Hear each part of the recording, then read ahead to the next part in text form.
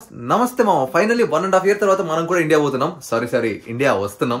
And of course అందరు YouTuber లాగే మనం కూడా సర్ప్రైజ్ విజిట్ అయితే ప్లాన్ చేసాం. మనం వస్తున్నట్టు మమ్మీ డాడీకి తెలియదు అనమాట. మా ఫ్రెండ్కి తెలుసు నేను వస్తున్నానని. వాడికి చెప్పాను ఇలా నేను వస్తున్నాను రా, ఎవరికి చెప్పకరు, అందరికి సర్ప్రైజ్ ఇట్టని చెప్పాను. వాడేమో ఇంకోటి చెప్పి ఇలా వాడు వస్తున్నారా నేను చెప్పినట్టు ఎవరికి చెప్పొద్దని చెప్పాడంట. వాడు ఇంకోటి చెప్పి అలా మా ఫ్రెండ్ సర్కిల్ అయితే ఆల్మోస్ట్ అందరికి తెలిసిపోయింది. బట్ మా మమ్మీ డాడీకి అయితే తెలియదు. సో అట్లీస్ట్ వాళ్ళకైనా నేను వచ్చేది సర్ప్రైజే. పాప మా అమ్మ అయితే రోజు ఫోన్ లో రావచ్చు కదా అని అడుగుతుంది. బట్ మనం ఆల్రెడీ 2 నెలల ముందు టికెట్లు బుక్ చేసుకున్నాం. ఇంతవరకు చెప్పలేదు. పాపం నాకు తెలిసి చూడంగానే ఏం సాటిస్ఫై నువ్వు ఫోన్ లో ఒకసారి చెప్పుండొచ్చు కదా అంటదేమో. సో మీరు గెస్ట్ చేయండి మా అమ్మ 1.5 year తర్వాత సడన్ గా చూడంగానే ఎలాంటి రియాక్షన్ ఇస్తుంది అనుకుంటారు మా? ఆప్షన్ ఏ షాక్ అవుతుంది, ఆప్షన్ బి ఏడుస్తుంది, నాకు డౌటే. ఆప్షన్ సి ఎందుకు వచ్చారు అంటది, and option D flight ticket ఎంత అని అడుగుతుంది. సో మనం ఇండియా వచ్చాక మా అమ్మ రియాక్షన్ అయితే చూద్దాం. సో ఇప్పుడైతే ప్యాకింగ్ స్టార్ట్ చేయాలి. ఇంకా నా ఫ్లైట్ కి కరెక్ట్గా ఎగ్జాక్ట్లీ 10 hours టైం ఉంది. సో ఇంతవరకు అయితే ప్యాకింగ్ అయితే ఏం స్టార్ట్ చేయలేదు. అంటే ప్యాకింగ్ చేయడానికి పెద్దగా ఏం లేదు, ఏదో మన పిల్లకాయలకి ఏదో చిన్న చాక్లెట్లు అయ్యి కొన్నాం. సో దీన్ని కొంచెం ప్యాకింగ్ చేయాలన్నమాట. So let's go. జై మహేష్మతి. ఖాళీ అనుకోండి. ఈ రెండు మనం ఇండియా నుంచి వచ్చేటప్పుడు కొన్నాం. ఇంకా ట్యాగులు కూడా అలాగే ఉన్నాయి. ఏదో పెద్ద క్వాలిటీ కావాలి, క్వాలిటీ ఎలా ఉండాలి, ఇలా ఉండాలి అని అది చూసి ఇది చూసి ఏదో కొన్నాం. ఇక్కడికి వచ్చిన తర్వాత ఒకసారి కూడా వాడలేదు. అప్పుడు తీసుకొచ్చి మూలకు పడేస్తే ఇప్పుడు తీసుకున్నాను నేను. దీనికి ఎందుకు రా మరి, దీనికోసం అని చెప్పి అప్పుడు క్వాలిటీ ఎతికెత్తి కొన్నాం. ఓడి అమ్మ, దీనికి లాక్ ఉంది మావా. ఇది పాస్వర్డ్ అడుగుతుంది, నెంబర్లు చెప్పాలంట. మనకేమో ఫోన్ పాస్వర్డ్ తప్ప ఏది గుర్తుండదు. అంత మెమరీ పవర్ ఉంది మనకి. ఎప్పుడో సంవత్సరం ముందు పెట్టిన పాస్వర్డ్ ఇప్పుడు ఎలా గుర్తుంటుంది అయ్యా. మన తెలుగు గురించి మనకు ముందే తెలుసు కాబట్టి మనం ముందే వాట్సాప్ లో చాట్ లో మనకి మెసేజ్ పెట్టుకున్నాం అనమాట పాస్వర్డ్ ఏంటో. సో పాస్వర్డ్ అయితే దొరికేసింది. పెద్ద కష్టమైన పాస్వర్డ్ కాదు, ఫ్యాన్సీ నెంబర్ 696. ఓపెన్ అయిపోయింది మావా. వచ్చినప్పుడు ఓపెన్ చేశాను, మళ్ళీ ఇప్పుడు ఓపెన్ చేస్తున్నా, సంవత్సరం తర్వాత ఓపెన్ చేస్తున్నా. ఇంట్లో చూసుకుంటే గొడుగు తెచ్చాను సేఫ్టీకి. నేనైతే వాడలేదు, మరి మీరైతే అట్లా మీరన్నా వాడండి మావా. సేఫ్టీ ముఖ్యం, గుర్తుపెట్టుకోండి. గొడుగు ఎప్పుడు వాడాలి వాడే ఉద్దేశంతో అన్నాడు. నెక్స్ట్ అదైతే ఇక్కడ పెన్నులు దొరికినట్టు ఇండియా నుంచి పెన్నులు తెచ్చుకున్నా మావా. ఇంతవరకు ఇది ఓపెన్ కూడా చేయలేదు. నా మాస్టర్స్ కూడా అయిపోవచ్చింది ఆల్మోస్ట్. పెన్ను కూడా తీయకుండానే మాస్టర్స్ కంప్లీట్ చేసాం. ఇది గుర్తుపెట్టుకోండి మామ, మీరు ఇక్కడ నుంచి అడిగి ఇండియాకి ఏదైనా తీసుకునేటప్పుడు అంటే గిఫ్ట్స్ కానీ ఏదైనా తీసుకోవద్దు కదా, ఇలా కొత్త బట్టలు కానీ ఏదైనా. ట్యాగ్ రిమూవ్ చేసేయాలంట. అంటే నాకు వేరే వాళ్ళు చెప్పారు, ఇలా ట్యాగ్ పెట్టుకుంటే వాళ్ళు కస్టమ్స్ ఆఫీస్ లో ట్యాక్స్ పడుతుంది, మళ్ళీ ఏదైనా చెక్ చేస్తారంట. సో వీలైనంత వరకు ట్యాగ్ అన్నిటికీ తీసామని చెప్పారు. సో పీకేద్దాం. ఈ ఐటమ్స్ అన్ని కొన్ని దానికన్నా ప్యాకింగ్ చేయడమే కష్టం ఉంది కదా మామ. ఇంత కష్టం ఉంటుందని తెలిస్తే ఏమో కొనేటోని కూడా కాదు. ఇండియాలో ఉన్నప్పుడు ఎక్కడికైనా పోవాలంటే మా అమ్మ వచ్చి ప్యాకింగ్ చేయడం ఎలా నేర్చుకోరా, చాలా కష్టమైంది అది అంటే ఆ ప్యాకింగ్ చేయడం ఉంది, ఎంబీబీఎస్ అంత కష్టమైంది అని చెప్పి జోకేసేటండి. ఇన్ని ఐటమ్స్ కొన్నప్పుడు కూడా ఇంత కష్టం అనిపించలేదు. అవన్నీ నీట్ గా ప్యాకింగ్ చేయడానికి చాలా కష్టం అవుతుంది. అట్లీస్ట్ మీరున్నా మీ పనులు నేర్చుకోండి మావా. ఒకరి మీద డిపెండ్ అవ్వాలంటే తెలిపోయిందిరా బాబు. ఇది రియలైజేషన్. సో ఫైనల్లీ ప్యాకింగ్ అయితే అయిపోయింది మావా. ఇప్పుడు దీని వెయిట్ అయితే చెక్ చేద్దాం. ఎగ్జాక్ట్లీ 23 కన్నా తక్కువ ఉండాలి. 23 కన్నా ఎక్కువ అయితే మళ్ళీ 10,000 బొక్క. సో ఇప్పుడు మనం ఏం చేయబోతున్నాం మీకు అర్థమై ఉంటుంది. Just Indian typical things. So ఏం లేదు మావా, ఇప్పుడు మనం ఫస్ట్ మనం వెయిట్ చూసుకుంటాం, తర్వాత బ్యాగ్ తో పాటు వెయిట్ చూసుకుంటాం, దాన్ని డిఫరెన్షియేట్ అది మైనస్ చేస్తే మనం దీని బ్యాగ్ వెయిట్ అయితే తెలిసిపోయింది. అంతే సింపుల్. సో ఫస్ట్ మన వెయిట్ వచ్చేసి రే చాలా తగ్గిపోయింది రా, మొత్తం జిమ్ పోయిందంతా వేస్ట్ అయిపోయింది రా. ఓకే ఏదో ఒక 16 kgs అమౌంట్ అంతే. అది మా 23 kgs కన్నా లోపలే ఉన్నాయి. సో ఏం ప్రాబ్లం లేదు. సో మన ఫ్లైట్ టైమింగ్స్ మొత్తం అర్ధరాత్రులు అనమాట. సో ఇప్పుడు గంట స్లీప్ వేయడం చాలా బెటర్ ఏమో అనిపిస్తుంది. సో కొంచెంసేపు పడుకుందాం. రెండు చేతులతో కౌగిలించమని పిలిచినదా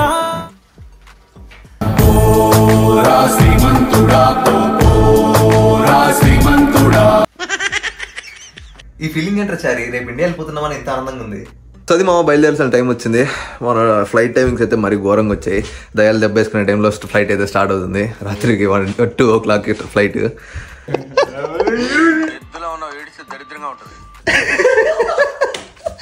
నేను లేనని ఎవరిని పడితే తెచ్చుకోక రూమ్లోకి. కెమెరాలు పెట్టినా నేను మొత్తం రికార్డ్. కన్నా జాగ్రత్త, రైల్లో అటు నుంచి ఇటు వస్తావు మరి. రాత్రి లైట్లు ఆపేసి ఉంటాం, ఇంట్లో ఇద్దరే ఉంటారు. ఇదేంటంటే రాత్రి ఇట్లా తిరుగుతూ ఉంటాడు అనమాట. ఎవరు లేవు, లైట్లు ఆఫ్ లో ఉంటే నిద్రపోతున్నా. బెడ్ నుంచి ఇలా తిరిగి కళ్ళు తెరవగానే ఎవడో బాటిల్ పట్టుకొని ఓని ఎత్తి ఎగిరినట్టు అనిపించింది నాకు. వెళ్ళంగానే నీ స్ప్రైట్ బాటిల్ ఏదో కళ్ళు వచ్చిందో నిజం రిటైర్కి వచ్చిందో తెలియలేదు. అదేరా ఎవడు ఎత్తి ఇలా తీసుకొని రూమ్కి వచ్చినట్టు కనబడింది. నేను పడుకోవడానికి రాని కిందకి. అవన్నీ కాదురా, రెంట్ కట్టను నేను. 1 month ఉండను నేను, రెంట్ కట్టను. నువ్వు ఏమేం చేసుకుని వస్తా చికెన్ పచ్చడి రాసా, చికెన్ పచ్చడి చికెన్ పచ్చడి ప్రియారిటీ వాడిది. సో అది మా ఇంకా ఫ్లైట్ కి జస్ట్ 3 hours టైం ఉంది. సో ముందే వెళ్ళి కొంచెం చికెన్ అయ్యి ఉంటాయి కాబట్టి కొంచెం ముందే వెళ్దాం డిసైడ్ అయ్యా. ఈ ఫ్లైట్ ఏమో టైమింగ్ కరెక్ట్ చూసుకోకుండా బుక్ చేసుకునేసాను. ఇప్పుడేమో ఈ దయాలు దెబ్బేసుకునే టైంలో పోవాల్సి వస్తుంది. సో ఇప్పుడేమో బస్సులు లేవు, ఏం లేవు. సో ఫ్రెండ్స్ మళ్ళీ ఈ టైంలో ఏం డిస్టర్బ్ చేస్తామని చెప్పి నేనైతే ఎవరిని పిలవట్లేదు. సో ఇప్పుడు ఊబర్ బుక్ చేసా. ఊబర్ అయితే ఆల్మోస్ట్ వచ్చింది. సో ఊబర్ ఎక్కేసి వెళ్ళిపోదాం. సో అది మన అవుట్ఫిట్. సో ఇలా రెడీ అయ్యాం. సో బ్యాగ్ ఏంటంటే మనకి ఏంటంటారు మతిమరుపు ఎక్కువ అనమాట. సో మనం డాక్యుమెంట్లు, ఈ పాస్పోర్ట్లు, ఈ ఫ్లైట్ టికెట్లు ఎన్ని ఉంటాయి కదా, మనకి ఏంటంటే ఉన్నాయా లేదా అని టెన్షన్ ఎక్కువ ఉంటుంది. సో ఇలా చిన్న బ్యాగ్లో సెట్ చేసామంటే ఇమీడియట్గా ఓపెన్ చేసి చెక్ చేసుకుంటూ ఉండొచ్చు అనమాట. సో అందుకని ఇలా సెట్ చేశాను. ఏది ఎక్కడ వదిలేస్తాను టెన్షన్ ఉందిరా మా. సో మనమైతే ఎయిర్పోర్ట్కి వచ్చాం. ఎయిర్పోర్ట్ మొత్తానికి మనం తప్ప ఎవరు లేరు. సో ఇచ్చేసి మనం ఒక్కడే ఉన్నాం. సో చెక్ ఇన్ చేయాలని ఎవరు లేరు. సో బ్యాగ్స్ చెక్ ఇన్ చేద్దామని ఎవరు లేరు. సో ఇప్పుడు ఎవరైనా వచ్చేంత వరకు మనం వెయిట్ చేయాల్సిందే.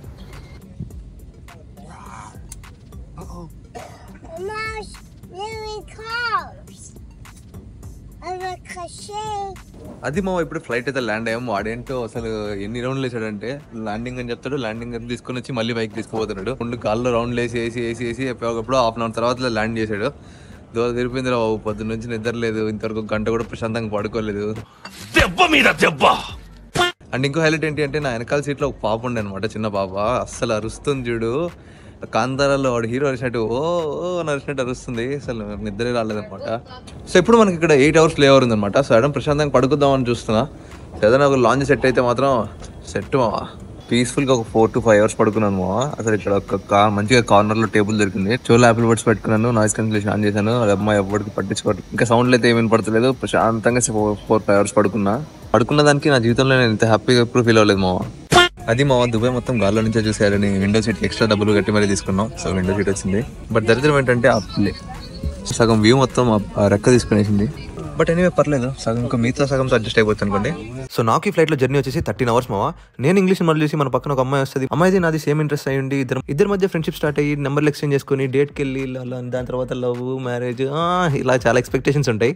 బట్ రియాలిటీలో ఏం జరిగిద్దో తెలుసా? ఇదిగో చూసారుగా, మన పక్కన ఎప్పుడు ఆంటీ అంకిల్స్ లేకపోతే ముసలోళ్ళు ఇలాగే. ఇంతే మనకి దేవుడు మన జీవితంలో లవ్ లైన్ తీసుకురాలేదు అంతే. మనం ఇలాగే రాడు సింగిల్ గా బతికేయాలి అంతే. 13 hours ఫ్లైట్ జర్నీలో ఒక్కొక్క వ్యూ పాయింట్ మావా సూపర్ ఉంది. అన్ని కలిపి ఒకసారి చూపిస్తాడండి, మామూలుగా లేదంతే.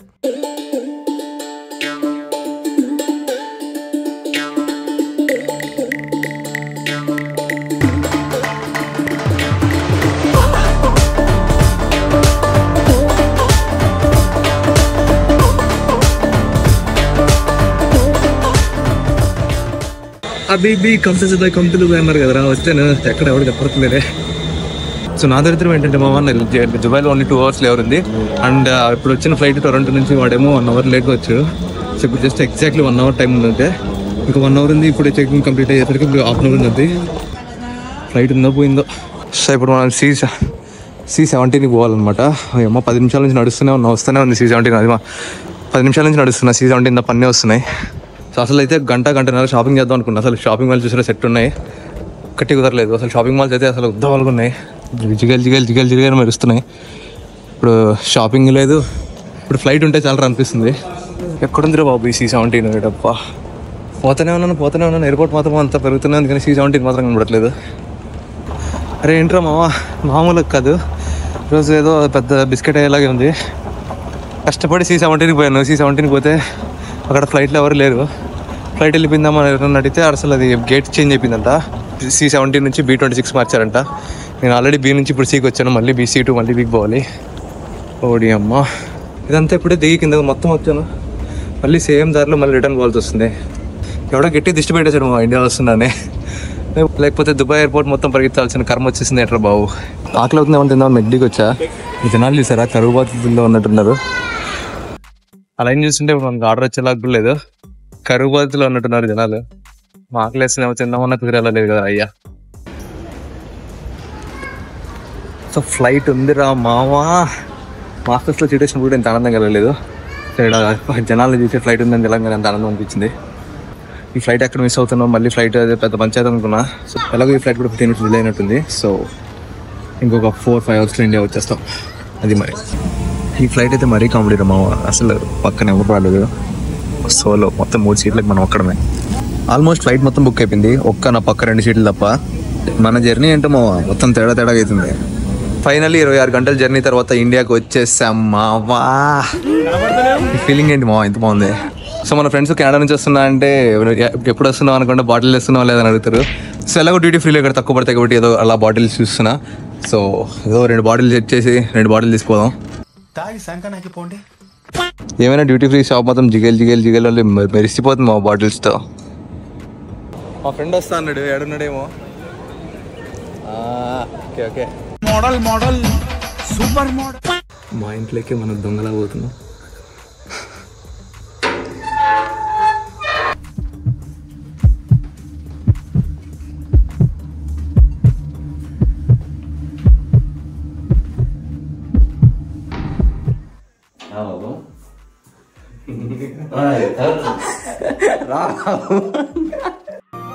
మీరు నా హీరో నాన్న. లవ్ యూ నాన్న. లైట్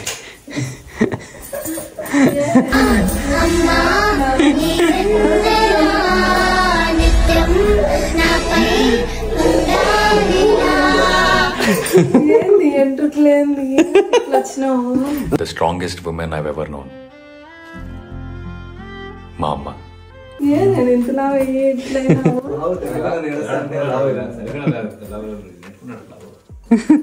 హైలైట్ ఏంటంటే బాగా తరుణం చేసి రాబాబు వీడియో తీసాను చెప్పండి. మంది షర్ట్ నేనైతే ఏడుస్తాం అనుకున్నాను, ఏడ్చలేదు.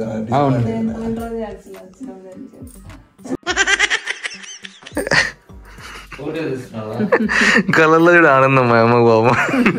అవన్నీ సరిపోవాలంటే సైజు తగ్గల్లా, పొట్ట తగ్గించాలా.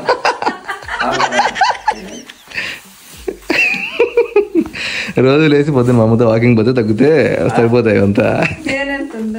నీకు బాగుందమ్మా, నీకు బాగుంది. సరిగ్గా నువ్వు నా మీద బాధతో తగ్గిపోయినావు. మా నాయన ఏమో అట్లా ఏం లేకుండా మంచిగా తిని పొట్ట పెంచినాడు ముందరికి. బాగా 30,000 అమ్మా. నిజంగా 30,000 అమ్మా. అది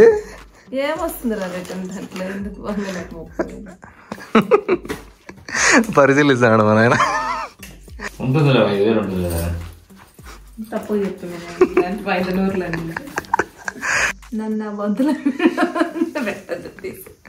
అంతే. ఇప్పుడు ఒకసారి వీడియో తీసిన తర్వాత ఇంకా అయిపోయింది, అదే పెట్టేది. సర్లే, అది మా హ్యాపీనా. అదే మా ఇండియా వచ్చింది మా అమ్మ కోసమే. మా అమ్మ రోజు ఫోన్లో ఎప్పుడు వస్తారు అని అడిగేది. మా డాడీ అయితే రావద్దురా 2 లక్షలు ఫ్లైట్ ఖర్చు వేస్ట్ అన్నాడు. మా అమ్మ కోసం వచ్చాను.